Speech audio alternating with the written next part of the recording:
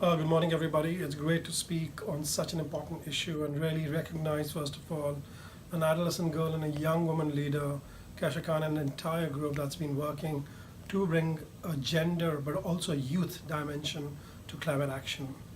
I think we've seen such important milestones and important historic moments in the last 18 months since the Addis Ababa, agreement.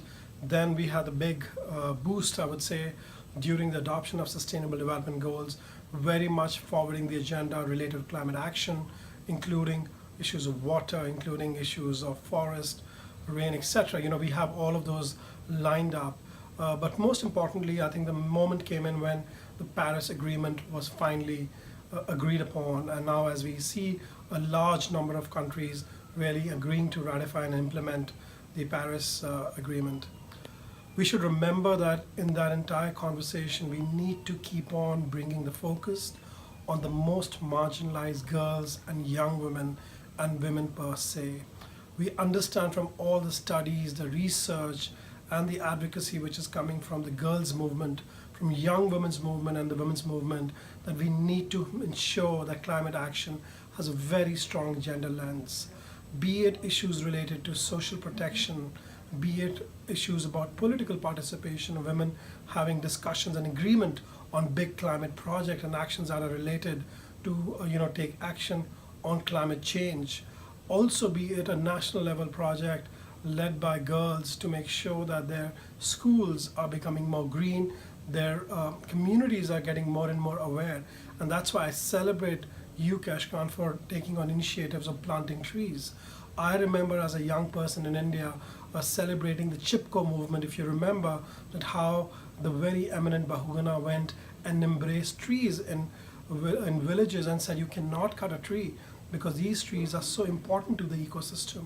And I think that's what we are looking for, is a movement which is driven by young people like you to really take on and say that enough is enough.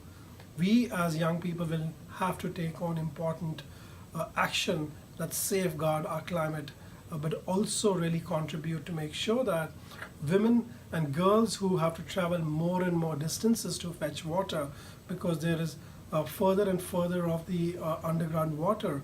And we also have statistics that are increasing gender-based violence because of this.